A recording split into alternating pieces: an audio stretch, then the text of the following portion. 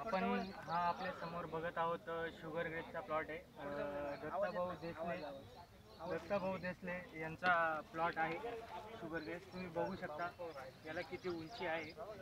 आपण मध्ये बघूया कशा पद्धतीचा प्लॉट तयार आहे. अतिशय उंची चांगली आहे आणि याला गोडी असल्यामुळे जनावर अतिशय आवडीने खातात. त्यांची जर तुम्ही जाडी बघितली, हे बघा जाडी, ही पायाच्या अंगठ्यासारखी याची जाडी येते आणि त्यानंतर खायला अतिशय गोड व याच्यात प्रोटीनचं प्रमाण भरपूर असल्यामुळे जनावरं हे दूध चांगलं देतात व त्यापासून शेतकऱ्यांना भरपूर फायदे मिळू शकतात. त्यानंतर तुम्ही बघू शकता त्याचा मुळव्याची कॅनोपी ही जास्त असल्यामुळे कितीही वारा वावदळ आलं तर हा चारा जो आहे तो पडत नाही. तर आपण बघू शकता, आपण हा प्लॉट इथे तयार केलेला आहे. तर यापासून जवळजवळ एका एकरमध्ये जवळपास यांनी लागवड केलेली आहे. जवळपास त्यांना एका कापणीमध्ये जवळपास 25 ते 30 टनापर्यंत चारा हा मिळालेला आहे.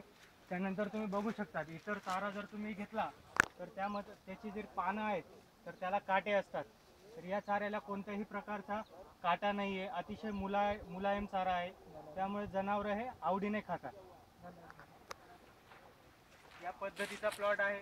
तुम्ही बघू शकता अतिशय चांगला चारा आहे.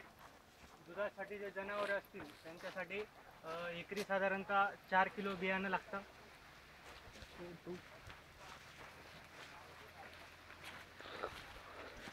हो, याची फुकून पद्धत आहे का लागवड टोकन पद्धत आहे?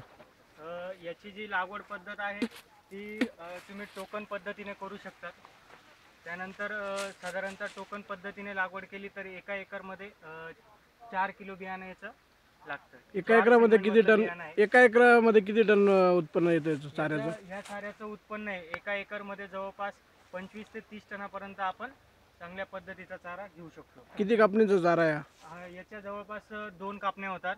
पहिली कापणी जी आहे, तुम्हाला जर दुसरी रिकट घ्यायचा असेल तर तुम्ही पहिली कापणी ही तुमची 60 दिवसाला झाली पाहिजे आणि त्यानंतरची दुसरी कापणी तुम्ही घेऊ शकता. आणि साधारण किती इंचावर कापावं लागतं ते? साधारणतः तुम्ही याची कापणी करताना जमिनीपासून जे अंतर आहे तर त्याचं 6 इंच अंतर ठेवायचं आहे आणि मग त्याची कापणी करायची आहे. तुम्ही बघू शकता पूर्ण प्लॉट.